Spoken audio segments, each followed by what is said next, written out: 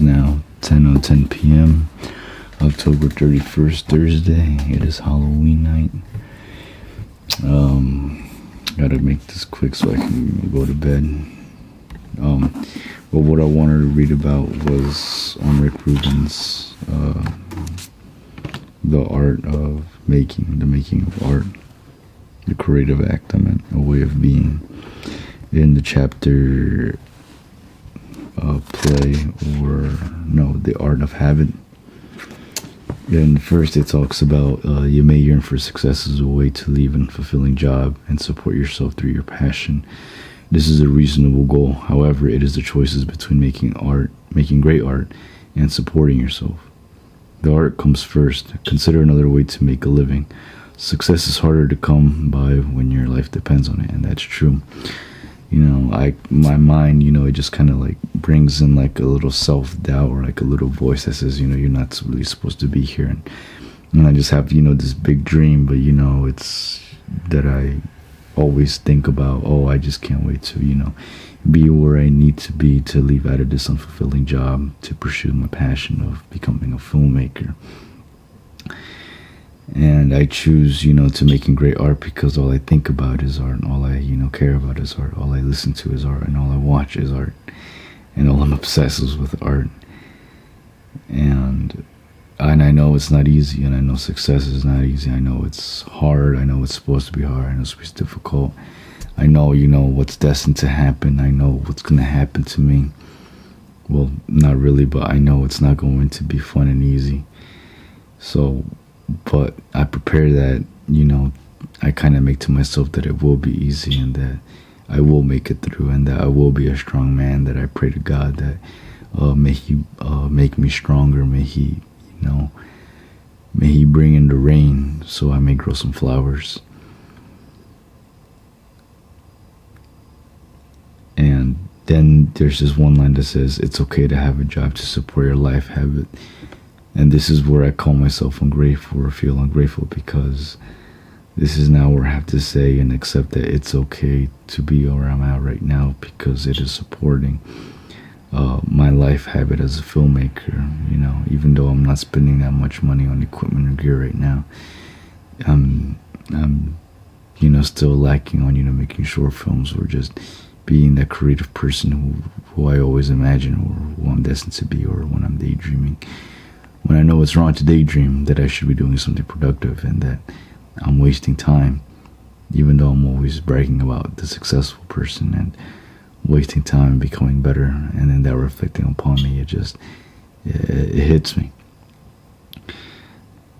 But not only that, to support my life habit, having a job, but also spending the last few years here with my family, my mom and my sisters, to have a little bitter taste of life before moving on to my own and living with friends or by myself, or to see how it is, just kicking that door of opportunity. But anyway, let's keep reading.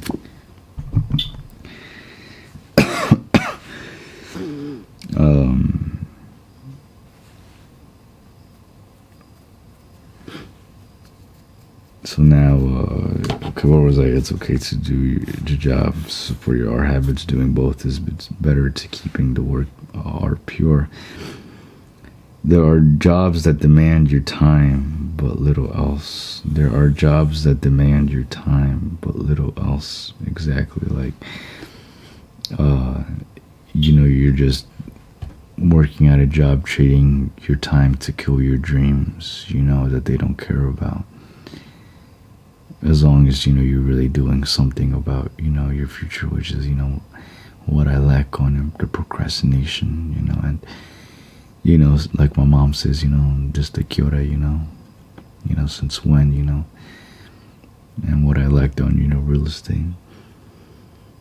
You can protect the art you make by choosing an occupation that gives you mental space to formulate and develop your creative vision to the world. I like that. You can protect the art you make by choosing an occupation that gives you mental space to formulate and develop your creative vision to the world. Like saving time to make short films, saving time to actually finish what I have to do on my drive notes or my Apple Music or my screenplays, sitting time, making, some deposits or just showing up to my dreams. I think we're at the point where I have to say, Google Driving just gonna be, enough. It's you being on the camera and posting and networking and you submitting into Film Freeway to get out there. You driving to New York to the film festivals, you going to where you need to be and record what you have to do and do it the right way, editing it the right way, and posting it the right way. To actually know that you're really doing it in life. Content can come from jobs that have nothing to do with your passion. Great ideas often originate from unexpected places. Many memorable songs have been written by people in occupations they didn't like, and that's true. So what it says is that, me just becoming a photographer at National Geographic or just being, on a small set, on Paramount won't really do much, because you'll just hate it even more, and then you'll want to get out. You'll be motivated to get out of something by the occupations you didn't like. It's almost like the F this moment, or the no point of return moment. We're at your lowest, and then you say, whatever, F this, I'm going all in, I'm doing this, no point of return. So that'll be a great idea, originate from the unexpected places. Not that I thought, going to Italy, and then getting ideas there. No, it's actually from your environment, whatever is happening that will, give you that idea to originate. Another choice is to seek a living in the field you're passionate about. It may be a gallery, a bookstore, a music studio, or a film set. Wow. Excuse me. That's true, seek a living through the film set. I'm about to do acting soon, so I'm about to really be in, the film sets a lot. And that'll be, my seek to living rather than staying at, at a job that doesn't relate to that, like a store or restaurant or warehouse. If no jobs are available to close to the action, ask if you can moonlight as an intern. I've heard of this before, like LinkedIn, and then I've been, just putting in applications for Warner Brothers and Paramount, but I haven't been doing that because, well, if I'm about to get this job for acting, and I'm really going to act, be on set and get more jobs, so that was the reason to, work at Paramount or Warner Brothers. I mean, I could try putting in applications and put, polishing my resume, but... So now it says, by choosing to be near what you love, you're offered a glimpse behind the scenes of the craft. Exactly. And then that's where the moments, like, where your kind of little voice tells like, whoa, like you kind of made it a little, and it doesn't feel unreal because of all what you, daydreamed, and then when it finally happens, you go, whoa, like, this is really, different from what I imagined, but it's beautiful, and you're in that moment, but the moment goes by so fast, and you go, wow, like that was the moment. Like, wish it never really ended like that, just like how it is on my daydreams, because in your daydreams, you live it forever. In your head, you live it forever, but it lasts because you replay it. But in reality, it's short because, you have to do it fast. You can observe the daily life of professional creators and understand the industry and its infrastructure from the inside. True. After experiencing how it operates, you will come to know whether this path is worthy of your devotion. And it was always worthy of my devotion. Not to, let my ego side run, but, the big mouth talk. But it is my devotion. Even if it makes taking a pay cut initially, choosing this type of work could lead to unexpected opportunities later. Exactly. That's the key. Opportunities later, because you may never know what open doors, can give you to. You can also pursue an unrelated career that provides security while keeping art as a hobby. A hobby, the most important thing in your life. All paths are equal merit. Pause. Whatever, whatever you choose, it's helpful to have fellow travelers around you. I do. I have some friends that I go with that go with me to New York or to Philadelphia. They don't have to be like you, just like-minded in some way. Like, for example, Josh, he's really, different, but he loves to go with me, loves companion with me, and I love him companion, with me, even though, he's not, filmmaker, he's like, art, just like anime design. But that's cool because now you have two people that are obsessed with, two things, and that's, our way of, living and our passion in life. Creativity is contagious. When we spend time with other artistic people, we observe and exchange a way of thinking, a way of looking at the world. Exactly, like, this is why it's important to network or be around the bubble of what you want to be. That's also key. And that's what I imagine, like, since I be playing, like, indie music, I'm always imagining, like-minded kids, like, around me. I have imaginary friends, and, like, they're helping me make films, or what's even better, they have their own passion, and then that's when we collaborate, or how, they're helping me with part of my work, how their art is, affecting my work, and how it just becomes better and exciting, and how it is, exciting sharing it more than creating.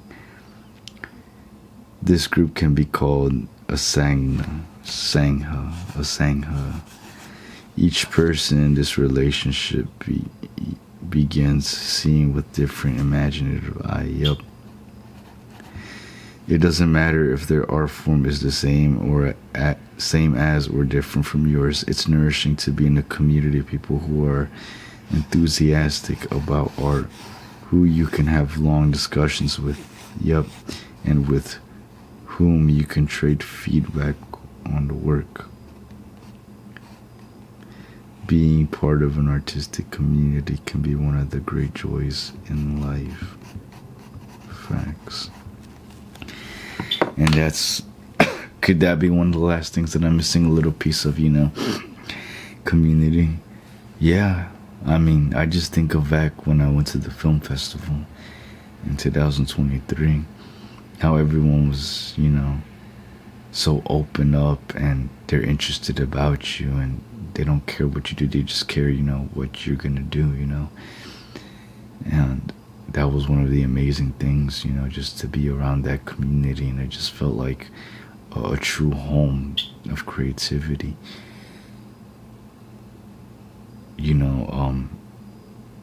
Same with my acting classes, we were all just so supportive of each other, whatever we did. And we all just looked everyone with amazed and gazed, and what our dreams were, and what we were going to do, and what plans we had, what we were into. And I missed that, but I'll see it again in January when I go to Los Angeles again. And one thing too, that's why I daydream. That's why, what most of my daydreams are when I'm listening to music, any kind of music.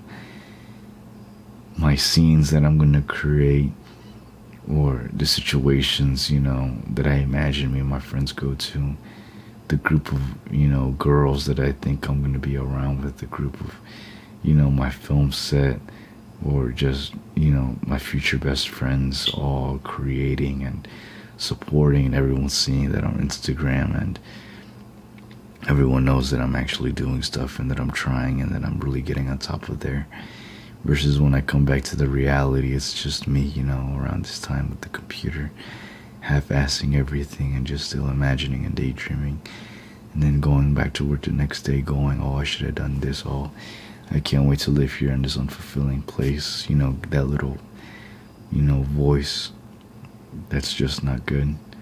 Instead, that I have to replace it with, this is helping me with my hobby, and that I really have to fix what my errors are, and that I really have to get myself situated, or else things are gonna get worse, or else I'm gonna get caught by time again, and time really goes by fast. Look now, it's October, you know. Tomorrow's November, the 1st of November, and well, time really did go by that fast, and I'm glad I did the things I was supposed to do. Yes, the money's all gone, but you know, I'll pick it up later. The money will come back as long as I'm still doing stuff, as long as I don't lie to myself, and then I have to scare myself to do it.